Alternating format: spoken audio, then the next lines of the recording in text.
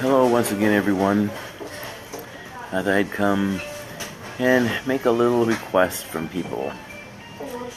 If you run across things that you feel or see that are very important on what's going on in the world as far as the prophecies with the Pope and our president, or any good materials that you think everybody needs to be aware of, please let me know or send them to me, post them in my message box, or share them with me in one way or the other. And another message, I'd like to reach out to everyone that is my friend around the world. Most of you already know, of course, my living situation of being homeless and penniless. And I get so many people who keep asking me for money, and I don't have any. I realize a lot of you are taking care of orphans and needing help with food and clothes and other situations, and others that are needing cell phones or help with their schooling or whatever. And they always keep coming to me thinking just because I'm in my ministries here and I live in America, they can come and ask for money. So I'm just letting everybody know I do not have anything to share for any money right now. All I have is my ministries, my prayers, my friendship, my advice, and the materials that I have.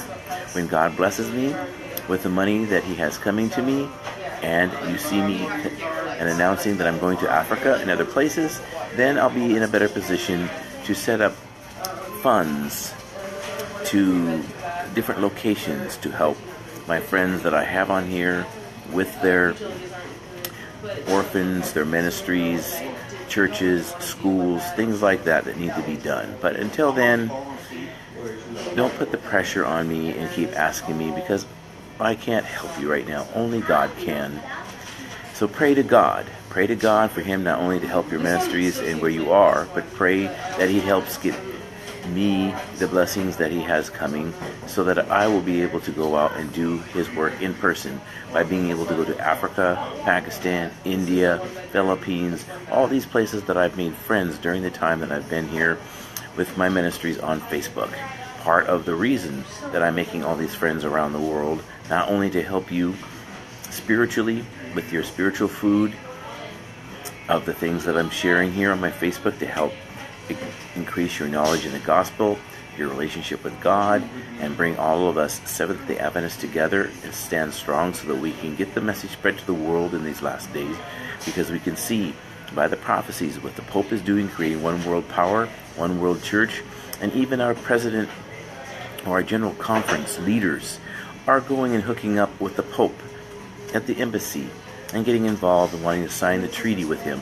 And we should have nothing to do with the embassy at all.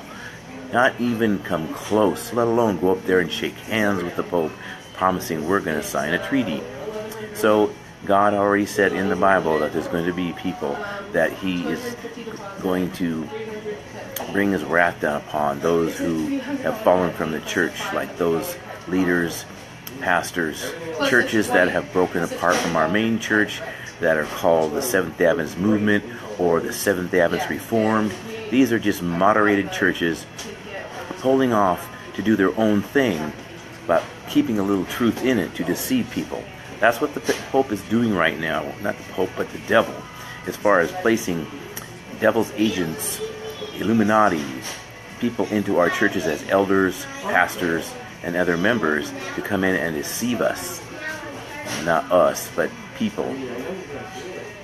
Some people, if you stay strong in your knowledge in the gospel, you stay strong in where you are in your relationship with God, you're not going to let anything anybody else says that sounds anything like pulling you away from what we know is the truth. The true church of God and the Seventh-day Adventist Church is the true church for the Ellen G. White. Ellen G. White's church from the very beginning. We stay true to her church, God's church. God had her, and these people start this church because we are His church. Eventually, there won't be a religion attached to any church. It will just be the remnant church of God.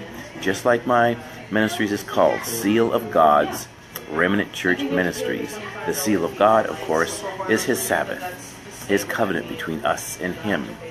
And the remnant church is going to be the last day church, full of people of all different cultures, nationalities, and religions that have been touched and converted by the Seventh-day Adventist or by the Holy Spirit in the latter rain, where we will stand strong, and all eyes of the world will be down upon us, because we will be the only ones that will not be bowing down to the Antichrist. And we will be having to leave the cities and get far away from where all the Babylon is. Like in the second angel's message, Babylon is fallen, come out of her, my people. Not only is it talking to fellow members of the church to get out of the cities and far away from the Babylon, the confusion, but those that haven't made a decision to make that decision and follow God before it's too late. Because once the third angel's message has been sent, here's to the wine of the wrath of the people of the church of the harlot. Well, that's going to be the people that are going to be the lost church, the world church. And just before the 7 last plagues is going to be the probation is going to close, where there'll be no more chances of anybody converted. And when the last angel comes down and shouts out to the 4 angels that hold back the winds of wrath to hold on a little bit longer till the Holy Spirit and the angel comes down and seals all of God's children in the forehead, making them Christ-like, so that they will be protected from the 7 last plagues. Then probation will close, and the 7 angels with the 7 bowls of the plagues will be coming down one at a time to take care of the wicked in the world. But in the meantime, we've got to get the message out there. We've got to stand strong. We've got to be working together. So any information that you run across anywhere that you feel that others need to know, please share it with me so that I can spread it onto my group and to all the members, because I have 2 Facebook accounts now, with 5,000 on one, over 2,000 on the other. Plus I also have WhatsApp with over 2,000 people and more in Africa and other countries that are there in a couple groups I have over there. Plus I'm in probably over 680 Facebook groups. I'm probably an administrator, probably over 50 of them, and people keep adding me into more and more groups and making me the administrator or accessible, so that I am able to okay new members and postings.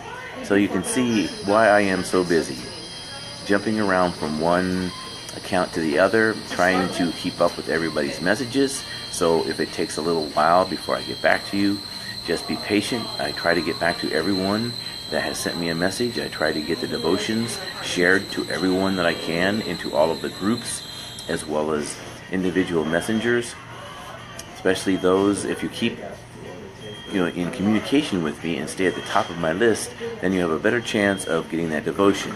If you do not, and you get too far down on my list, because I get so many friend requests every day in both accounts, that people that have not communicated to me in a while get pushed so far down, they may not get a devotion posted directly in their own personal message box. But it will always be in both of my Facebook accounts, in my group, in my Facebook page, and I share to most all of the members and groups in WhatsApp. So one way or the other it can be found.